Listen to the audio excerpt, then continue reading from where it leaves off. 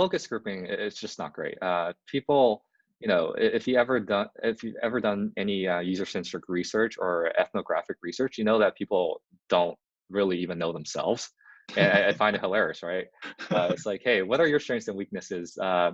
People, if you take some of the well-known topics that we all lie to ourselves about, like health or fitness, how how friendly we are to other people, we have a terrible judgment about ourselves. And when you do these type of research, you're going to get a lot of false positive. Of course I would use a product like this, right? And especially what I see early stage founders who don't have a lot of resources, they tend to gravitate towards their friends and their crowds.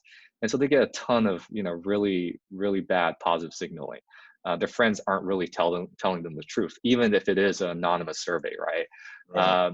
So they really don't mean that much. I think it's a good exercise to do, just to get some additional data points and color about a specific market. But I think the rule of thumb, do like about a dozen or so of these, user interviews and research, and you'll get a pretty good sense Yeah. of where the customer lies. Just some basic statistics. And once you have a large enough sample size, you're good.